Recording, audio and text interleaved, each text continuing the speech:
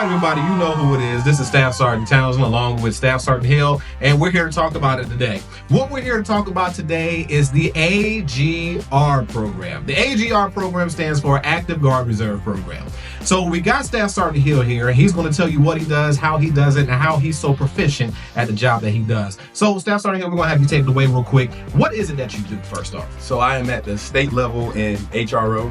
I am one of the HRO analysts for the entire state. All right, so what does HRO mean exactly, though? It is the Human Resources Office. So we handle all of the AGR soldiers, any of their pay discrepancies, any transfers, any reassignments. We handle all of that at the state level for all of the AGR soldiers throughout the state. All right, so now that you explained that, and we know your accolades and what you do, tell us about the AGR program. Give us a step-by-step example of how an M-Day soldier is going to, number one, find an AGR position, fill out the application, and give some tips on exactly how to make that happen. So we actually have a QR code now on our email where you can scan that and it'll take you straight to the skip page where all of the AGR announcements are posted throughout the state. So they can do that with their regular computer, they can RCast. They can even do it with their cell phone, and it can be done on a regular computer as well. Yes. That ain't bad. So once you do that and you see a position that you feel that is going to be fitting for you, you just go ahead and apply. And it is a packet that you have to put together where you have to have your most recent PT, your most recent height and weight. If you are E5 with no NCOERs, you got to have 3 letter recommendations. And we pretty much have it spelled out on the announcement as to what they need to include in their packet to submit for consideration. All right. So let's talk about the board process. Yeah. There is a board. All right. So let's we're going to talk about the board real quick. All right. So I've been asked before, right?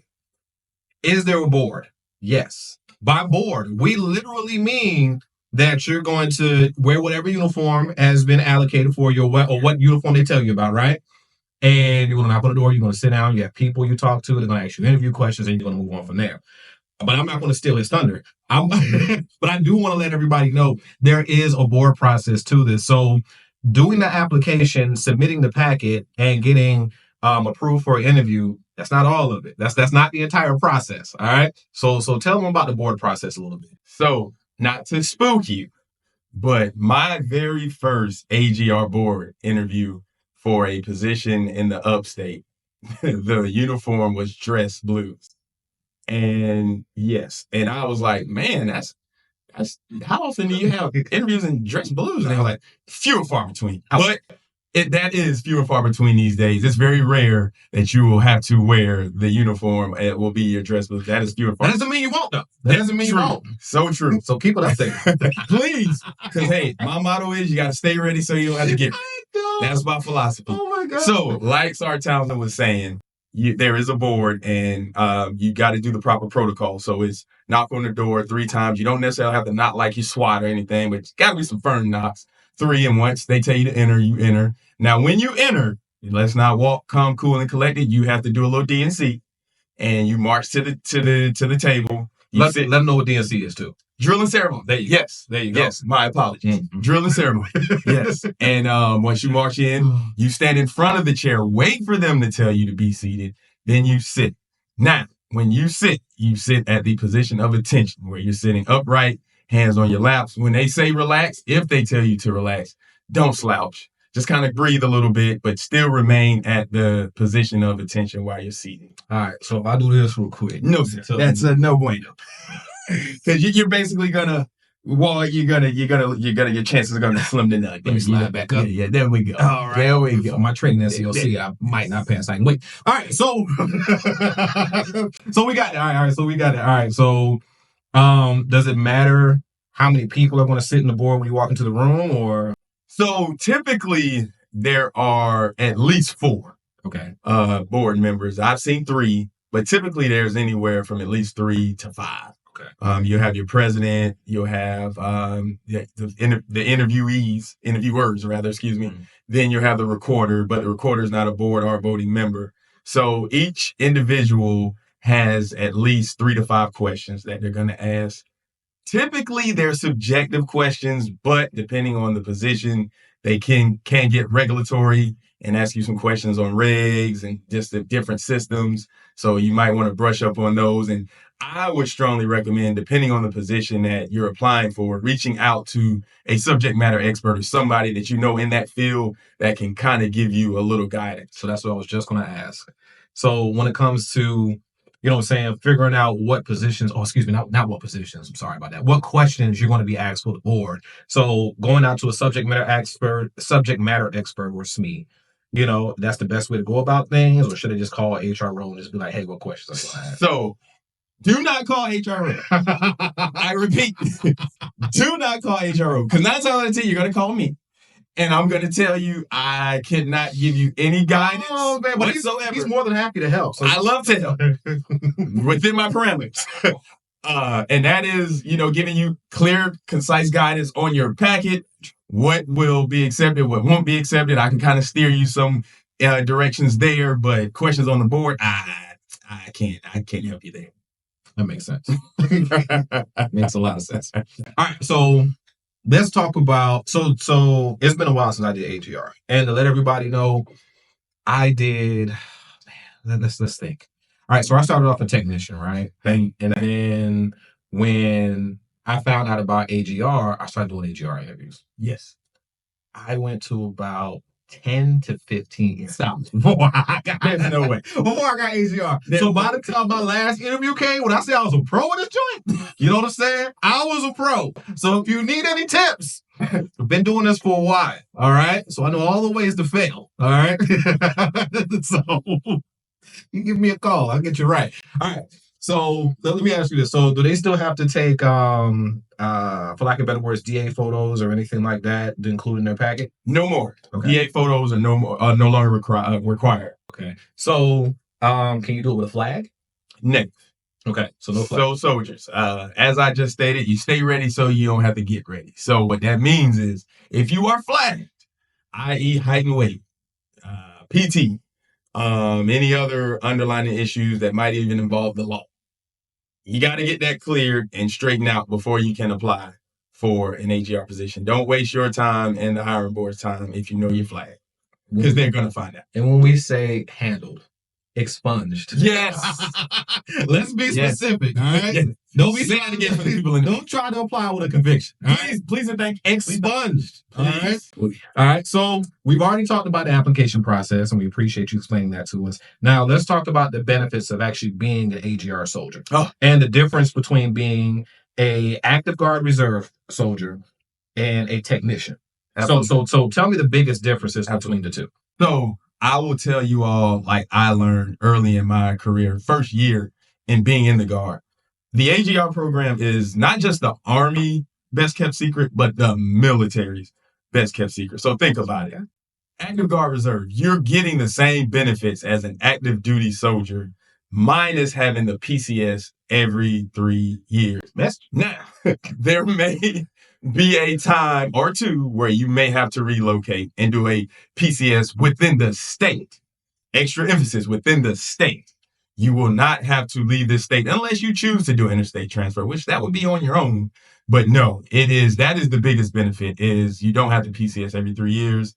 You think about the benefits as far as, for me, it was TRICARE. That was the biggest benefit for me. As you all know, health benefits are, your premiums now are through the roof. Yeah, they're outlandish. Yes. So now when you go, or your family goes to the dentist or to go see their primary care physician, minimum $20 copay. Oh, God, yes. If that. We took my daughter to the dentist today and we paid nothing. Mm-hmm. So that to me was the biggest benefit. Mm-hmm. But on top of that, now, some people swear by technician, others swear by the AGR program. So AGR program retirement, 20 years, technician, 30. Mm-hmm. Townsend and I were a little older when we joined. So the 20-year kind of made more sense because we both were federal technicians before entering the AGR program. Oh, yeah, we've been looking young. We've been here for a minute. Yes, absolutely. This is like career number 3 for me. But absolutely, yes, that is one of the bigger benefits, is the medical piece. Pay, if you ask me, it's not bad. You're not going to get filthy rich, but I mean, it is a great way of life. A great way of life. Yeah. I have no complaints. 1st and 15th, bada bing, bada boom. You also have the peace of mind of knowing that you got a 20-year retirement. Yeah. Stability. 20 years. Stability. You know, that's a huge thing. Yeah. Let's talk about one of the big things. All right. So every time I do a post, and it never fails. It never fails. Every comment, there's always at least 1 or 2 comments that say, go active duty.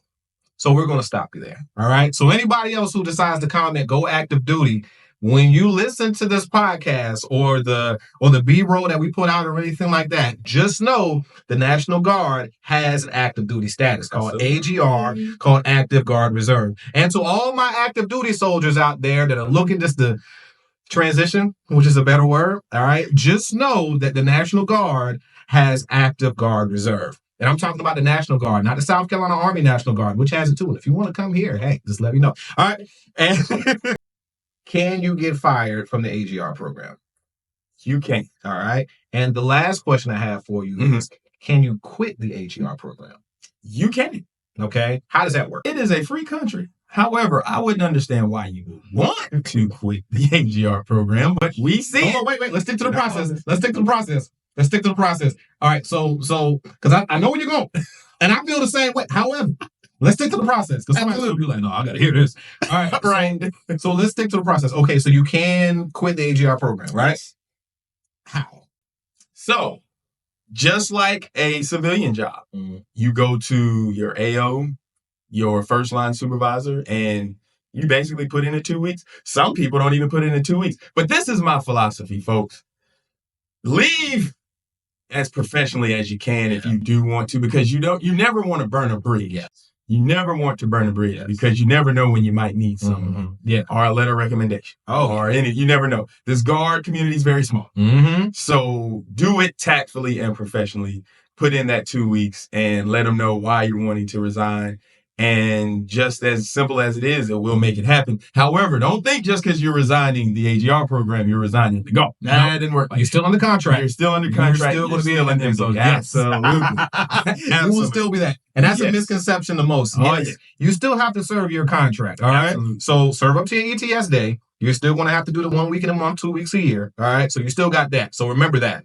So last question, Sergeant Hill. So if you had anything to tell the general public or to tell our soldiers out there who are looking to apply for AGR or just looking to transition in general, what advice would you give them? Well, I would tell you, the Guard as a whole, but the AGR program is the military's best kept secret. To an extent to where some units I've learned are not even telling soldiers about the program, which is a shame. But I will say, for those that do not know about it, if you want to make this your full-time job and get that 20-year retirement, then that's the way to go. And it's a process. I'm not going to sit here, and I know certain times I'm not going to sit here and make you seem like as soon as you snap your fingers, the AGR position is going to fall in your lap. It doesn't work like that. It's not like that. I wish it did, but it does not. But you got to go through the process. And I mentioned the QR code, but you can also go to your unit's intranet to also, we call it the skip page. So where you can also see announcements. And if you have that training background, go to a training NCO position, supply at 42 Alphas, HR. But I strongly recommend submitting an application if this is something you want to do full time, because it has its benefits. It really does. Yeah, it does. It does. And we actually do have a website that you could actually just go to. So it's right here. So whenever you want to take a look at it, just go on ahead and plug that in your URL, and it'll take you right to the page that you need to go to. And we'll also put it in our description as well, so that way you can just go and click on that too. So Staff Sergeant Hill, we appreciate you just coming down and telling us a little bit more about the AGR program, and just letting us know the good, the bad, and the ugly, and the benefits behind it too. Absolutely. So we were here, we just talked about it. Again, this is Staff Sergeant Hill. My name is Staff Sergeant Townsend, and go Guard. Go Guard.